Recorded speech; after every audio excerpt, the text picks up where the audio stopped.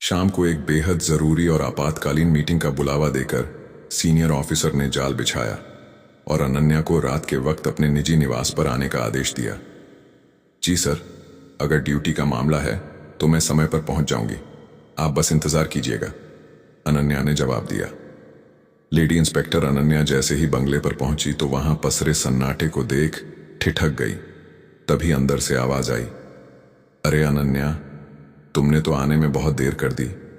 Sir, आपने तो कहा था कि यहां विभागीय मीटिंग चल रही है, लेकिन यहां तो परिंदा भी दिखाई नहीं दे रहा। आपने मुझे इस तरह अकेले क्यों तलब किया? मीटिंग का तो मैंने महज एक बहाना बनाया था अनन्या। हकीकत तो यह है कि मुझे तुमसे एक नितांत व्यक्तिगत काम था और मैं तुमसे तन्हाई में बात करना चाहता था। सर, ये किस तरह की बातें हैं? आधी रात के इस पहर मुझे बुलाकर ऐसी बेहुदा गुफ्तगू करना आपकी वर्दी की गरिमा को शोभा नहीं देता। आपकी नीयत में मुझे खोट नजर आ रही है। अनन्या, तुम बला की खूबसूरत हो। मैं तुम्हें दिलोजान से पसंद करता हूं और आज की यह हसीन रात मैं सिर्फ तुम्हारे साथ बिताना चाहता हूं। मैं आपके साथ कोई वक्त जाया नहीं करना चाहती और न ही आप जैसे शख्स मुझे रत्ती भर पसंद हैं। इसी घड़ी का तो मैंने बरसों इंतजार किया है। अब तुम्हें अपने चंगुल से जाने नहीं दूंगा। अपना हर इरादा पूरा करके ही दम लूंगा। मैं एक शर्त पर समर्पण कर सकती हूं। आप वादा कीजिए कि जो कुछ यहां होगा वो राज हम दोनों के दरमियान ही रहेगा। अनन्या, तुमने तो मेरा दिन बना दिया। बेफिक्र रहो, यह राज्य मेरे सीने में हमेशा के लिए दफन रहेगा। मेरी एक बात गांठ बांध लें, मैं कुंवारी हूं। आप वादा करें कि मेरे साथ जरा नरमी से पेश आएंगे। अच्छा जी, मैं वादा करता हूं, मैं तुम्हें फूलों की सेज पर रखूंगा और कोई तकलीफ नहीं होने दूंगा। खुदा के लिए छोड़ दो मुझे, पीछे हटो। तुम अपना वादा फरामोश कर रहे हो। मुझे घर जाने दो। अभी तो शाम की शुरुआत हुई है, इतनी भी क्या बेताबी है? चली जाना फुर्सत से अपने घर। बस करो, मुझे जाने दो। कोई आ गया तो मुसीबत हो जाएगी। यहां कोई नहीं आने वाला। ये दास्तान है एक जांबाज और कर्तव्यनिष्ठ लेडी पुलिस सब इंस्पेक्टर की, जिसकी उम्र मात्र 21 साल थी और नाम था अनन्या शर्मा। वह सुंदरता की ऐसी मिसाल थी कि अपराधी उसे देखते ही सरेंडर कर देते, लेकिन दुर्भाग्य से महकमे के कुछ पुरुष पुलिसकर्मी भी उस पर कुदृष्टि रखते थे। अनन्या को अच्छी तरह आभास था कि उसका वरिष्ठ अधिकारी SHO विक्रम राठौर अपने दिल में हवस का तूफान छुपाए बैठा है। अनन्या दिल्ली पुलिस में तैनात थी और पूरी ईमानदारी व गरिमा के साथ अपना फर्ज निभा रही थी। SHO विक्रम अक्सर अनन्या को बहाने से केबिन में बुलाकर अश्लील हरकतें करने की फिराक में रहता, पर अनन्या हर बार उसे मात दे देती। विक्रम के सिर पर उसका जुनून सवार था और वह उसे पाने के लिए किसी भी हद तक जा सकता था। अंततः उसने मीटिंग का स्वांग रचकर अनन्या को रात के वक्त ग्रेटर कैलाश स्थित अपने एकांत बंगले पर बुला ही लिया। रात के 11 बज रहे थे और बंगले में विक्रम के अलावा कोई मौजूद न था। दरवाजा खुलते ही विक्रम ने एक जहरीली मुस्कान के साथ उसका स्वागत किया और अपनी गंदी मंशा साफ कर दी। अनन्या का माथा ठनका और उसने मन ही मन ईश्वर से अपनी आबरू की रक्षा की गुहार लगाई। वह दरवाजे पर डटकर खड़ी रही और कड़ा विरोध जताया, लेकिन विक्रम ने झपटकर उसका हाथ पकड़ लिया और उसे जबरन कमरे की तरफ घसीटने लगा। अनन्या ने अपनी पूरी जिस्मानी ताकत लगा दी, विक्रम को एक जोरदार धक्का दिया और पलक झपकते ही वहां से रफू चक्कर हो गई। मगर मुसीबत का साया अभी हटा नहीं था।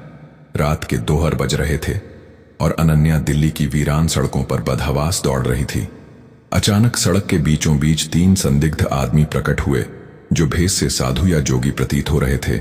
लंबी दाढ़ियां और गेरुए वस्त्र। एक बदमाश ने अनन्या का रास्ता रोका और फप्ती कसी, अरे इंस्पेक्टर मैडम, इस काली रात में अकेली कहां भागी जा रही हो? हम भी तो भक्त हैं, हमारी भी थोड़ी सेवा करती जाओ। अनन्या ने कड़क कर कहा, तुम्हारी ये जुर्रत कैसे हुई? हट जाओ मेरे रास्ते से। दूसरे ने ठहाका लगाया, तुम्हें इस हाल में देखकर तो हमारी नीयत डोल गई। नीयत खराब? अनन्या गर्जी, मैं पुलिस ऑफिसर हूं, तुम सबको काल कोठरी की हवा खिला दूंगी। लेकिन वो तीनों नशे में चूर थे और अनन्या को चारों तरफ से घेरने लगे। अनन्या ने बचकर निकलने की कोशिश की, लेकिन वो दरिंदे उसके पीछे पड़ गए। सुनसान सड़क पर सिर्फ अनन्या की उखड़ती सांसें और उनके भारी जूतों की आवाजें गूंज रही थीं। अचानक एक ने पीछे से अनन्या को दबोच लिया। अनन्या ने जब संघर्ष किया तो तीसरा शख्स गुर्राया, अगर प्यार से नहीं मानी तो हमें जोर जबरदस्ती करना भी बखूबी आता है। एक ने झपट्टा मारकर अनन्या की वर्दी को तार तार करने की कोशिश की। अनन्या समझ गई कि मान मर्यादा बचाना अब जान की बाजी लगाने जैसा है। वह पीछे हटी और फिर प्राणों की शक्ति लगाकर सरपट भागी। वो तीनों भी उसके पीछे लपके और एक ने करीब आकर अनन्या को ऐसा धक्का दिया कि वह सड़क पर औंधे मुंह गिर पड़ी। अब उसकी आंखों में मौत का खौफ नाच रहा था। एक ने भांग का प्याला निकाला और जबरन अनन्या के हलक में उंडेल दिया। अनन्या ने विरोध किया तो घुड़की मिली, चुपचाप पी लो वरना तुम्हारा वो हश्र करेंगे कि कहीं मुंह दिखाने लायक नहीं रहोगी। लाचारी में अनन्या को वो नशीला तरल पीना पड़ा जिससे उसका दिमाग सुन्न होने लगा और वह अर्धमूर्छित अवस्था में पहुंच गई। वो तीनों हैवान करीब आए। एक ने बाल पकड़ने के लिए हाथ बढ़ाया ही था कि अनन्या ने अपना आखिरी दांव चला और पास पड़ी कांच की बोतल उठाकर पूरी शिद्दत से उसके सिर पर दे मारी।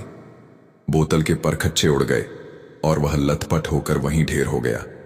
बाकी दो साथी यह मंजर देख सहम गए। अनन्या लड़खड़ाती हुई उठी और घने जंगल की ओर निकल गई। नशे के असर में कदम संभालना मुश्किल था। एक बदमाश ने क्रोध में कहा, इसे जिंदा मत छोड़ना, अब तो इसे सबक सिखाकर रहेंगे। उन्होंने अनन्या को दोबारा दबोच लिया और घसीटते हुए यमुना किनारे एक उजाड़ हवेली में ले जाकर कैद कर दिया। अंदर अनन्या और वो तीन दरिंदे अकेले थे। एक ने ताना मारा, अब दिखा अपनी पुलिसगिरी। तभी अनन्या की नजर कोने में पड़े एक भारी डंडे पर गई। जैसे ही वह करीब आया, अनन्या ने डंडा घुमाकर उसके सिर पर दे मारा और वह बेहोश हो गया। बाकी दो लपके तो अनन्या दरवाजा खोलकर जंगल के अंधेरे में ओझल हो गई।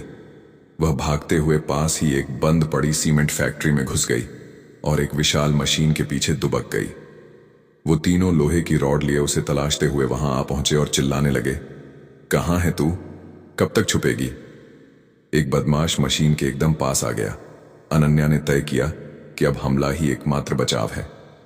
वह अचानक बिजली की तरह निकली और रॉड उसके हाथ से छीनकर उसी के घुटने पर दे मारी।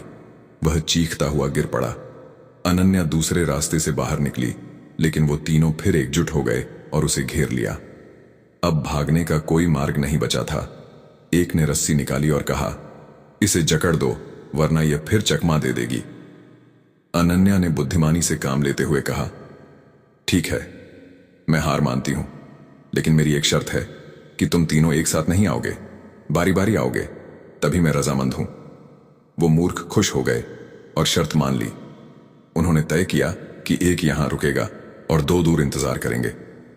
अनन्या ने उस अकेले बदमाश को अपनी बातों के जाल में उलझाया और जैसे ही उसका ध्यान भटका, अनन्या ने पूरी कुव्वत से जूते की एड़ी उसके नाजुक अंग पर दे मारी। वह दर्द से बिलबिला उठा। अनन्या उसकी लाठी छीनकर भागी, जिसकी चीख सुनकर बाकी दोनों भी आ गए। अब अनन्या शेरनी की तरह मुकाबला करने लगी, लेकिन वो दो थे। उन्होंने उसे दबोचकर रस्सियों से जकड़ दिया। तभी एक ने कहा, यार पेट में चूहे कूद रहे हैं, पहले खाने का बंदोबस्त करते हैं, फिर तसल्ली से काम करेंगे। दो आदमी खाना लाने पास के ढाबे पर चले गए और एक पहरे पर रह गया। जब वह तन्हा रह गया तो अनन्या ने फिर अपनी हाजिर जवाबी का परिचय दिया और नरम लहजे में कहा, वो दोनों तो चले गए, तुम क्यों मौका गंवा रहे हो? मेरे हाथ खोल दो, मैं तुम्हारी हर बात मानने को तैयार हूं। हवस ने उसकी मति भ्रष्ट कर दी और उसने अनन्या के बंधन खोल दिए। जैसे ही रस्सी ढीली हुई, अनन्या ने कहा, जरा बाहर झांक कर देखो, कहीं वो वापस तो नहीं आ रहे। वह खुशी खुशी बाहर देखने गया और अनन्या ने वहीं पड़ा एक भारी सोटा उठा लिया। जैसे ही वह मुड़ा, अनन्या ने पूरी ताकत से प्रहार किया और उसे बेसुध कर दिया।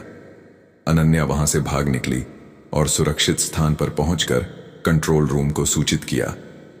कुछ ही देर में पुलिस का भारी अमला पहुंच गया और अनन्या उन्हें लेकर हवेली पहुंची। पुलिस ने घेराबंदी कर छापा मारा और वो तीनों जो खाना लेकर लौट चुके थे, रंगे हाथों दबोचे गए। जांच में खुलासा हुआ कि वे पेशेवर अपराधी थे और साधु के भेष में राहगीर महिलाओं को निशाना बनाते थे। इंस्पेक्टर अनन्या के बयान और पुख्ता सबूतों के आधार पर न्यायालय ने तीनों मुजरिमों को 151 साल की कठोर कारावास और भारी अर्थदंड की सजा सुनाई। आज इंस्पेक्टर अनन्या शर्मा का मस्तक गर्व से ऊंचा था, क्योंकि उसने न केवल अपना शील बचाया बल्कि समाज को उन दरिंदों से मुक्त कराया। बुराई का अंत हमेशा भयानक होता है। दोस्तों, यह कहानी काल्पनिक है,